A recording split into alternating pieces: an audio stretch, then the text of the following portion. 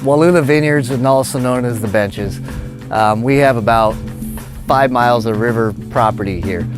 As you enter the vineyard, we're at 1,360 feet elevation, all the way down to the river right down here, which is about 350 feet elevation. So we have 1,000 feet of elevation for growing wine grapes. Everything up on top are considered more of the cooler climate, so all the whites are grown up there. As you get closer to the river, we kind of have a dividing line of about 1,100 feet elevation above sea level. And so from there down towards the river is considered the warmer sites.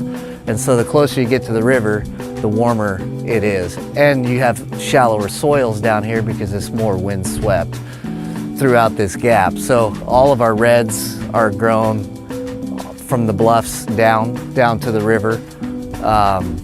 All these bluffs, real shallow soils, the wind's always blowing out here. It's just perfect Cab Sauv. So we've planted mostly Cab on all of these bluffs now. We've ripped out other varieties and replanted with Cab Sauv all the way down to the river. It's a frost-free site because we always have air drainage going down and out, and it hits the river and runs down and out. So air's always moving. We don't have any wind machines out here.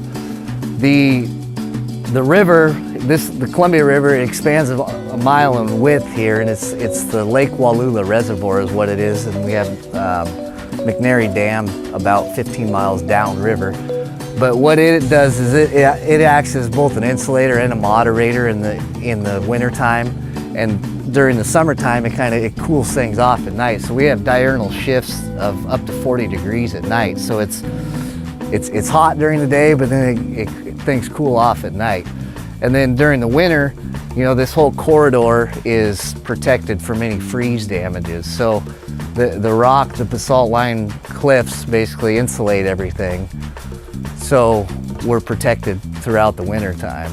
So we'll have, you know, up at our highest elevation, we're about 3 miles away. We can have snow up there, 3-5 inches of snow, and there's nothing down along here because this is all just stays warm throughout the entire winter time. So it's a good place for growing some Cab Sauv. Cab Sauv can take a beating, and then it deals with stress a lot better than most all other varieties, and that's why we've kind of gone to mostly Cab Sauv out on these bluffs, because it's a tough living out here, you know. But the Cab can handle it. You get those thick skins, you get the dark colors, lots of flavor. The long growing season, so we have plenty of hang time, and we don't ever have any issues getting anything ripe. So it's the ideal site for the Cab.